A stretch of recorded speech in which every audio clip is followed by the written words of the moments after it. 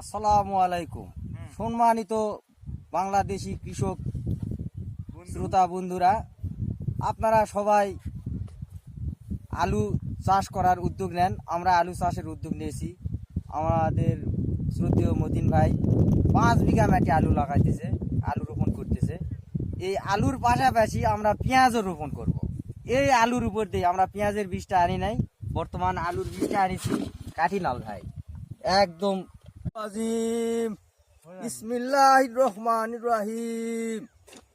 সুপ্রিয় দর্শক শ্রোতা ভাই ও বোনেরা, আমরা আলু রোপণ করতেছি, ঠিক আছে?